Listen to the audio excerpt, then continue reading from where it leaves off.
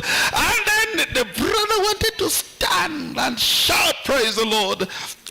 They showed him the blanket and said, check. This is all yours. The sermon is about to end. This will be yours if only you can be quiet. Beloved of God, as the preacher talked about the grace and the mercy of the Lord, the brother stood. But then the elder again told him, hey, check here. And for sure he looked at the blanket. But then he still shouted and said, blanket or no blanket, praise the Lord. I want to say, beloved of God, that blanket or no blanket, praise the Lord. And from that moment he kept his blanket or no blanket, praise the Lord. And of course you know that when the whole thing came to an end, you're still given the blanket. But I want you to understand that in our lives we need to know that there are times when we choose the blanket and not to worship Jehovah.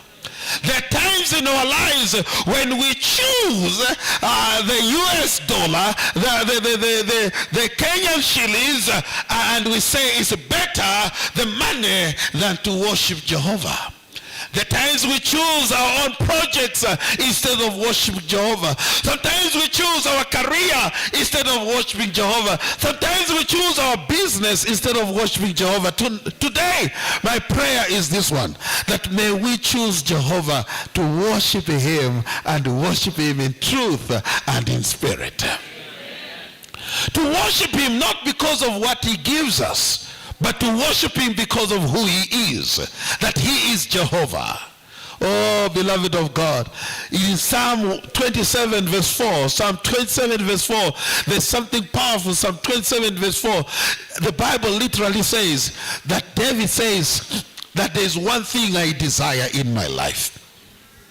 I don't know how many things you desire in your life, but him says there is only one thing I desire in my life. He doesn't end there. He says, this thing I seek. This is not something that I just desire, but I look for it. I seek for this very thing. And what is that? He says, to dwell in the house of the Lord. He will remain with me, that his love for me is from everlasting to everlasting. To behold his beauty.